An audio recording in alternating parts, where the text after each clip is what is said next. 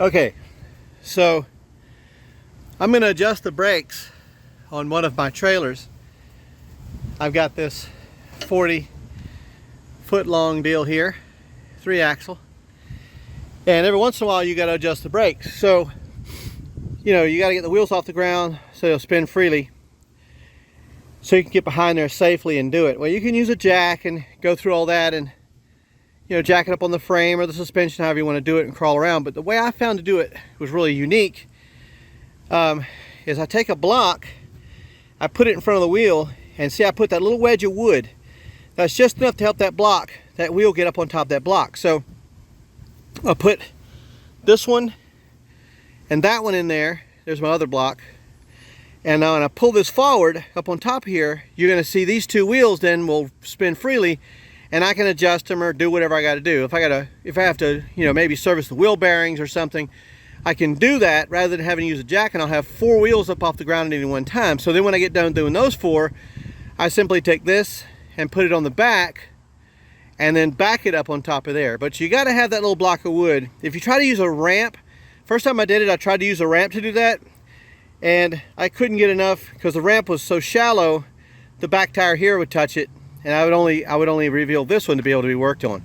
So I went to this, and it's much easier. Okay, so to kind of give you a step-by-step, first I placed the block on there about that far so that when I go to put the block of wood in, it's just going to fit in that little gap at an angle, right? Just like that. See the angle that it's at? That's just enough to help that tire hop up on top of there. Now, you know, could you put it, you know, turn the block sideways? You could do that. You really have to be able to stop it perfectly. Whereas if you do this, when you're pulling forward with your truck, you can kind of feel it go up on there, and you don't have to immediately hit the brake. So when you feel it go up on there, you have a minute or two to react to that feeling.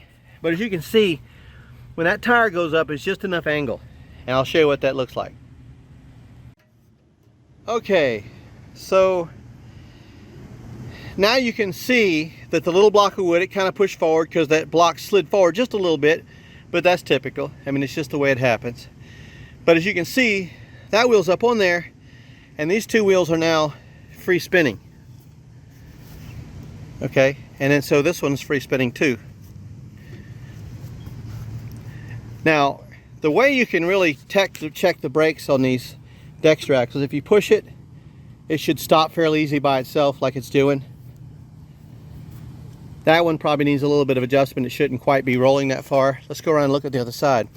This is also a good way if you need to get underneath your trailer and, you know, handle any wiring problems or anything. It's a very safe way to do it because these blocks, it's sitting pretty solid on these blocks. It's not really going anywhere. And of course, you obviously want to make sure your truck is still hooked up. But we'll check these wheels too. That's all right. So see how this one stops when we push it? That's about all you want. If you watch this one,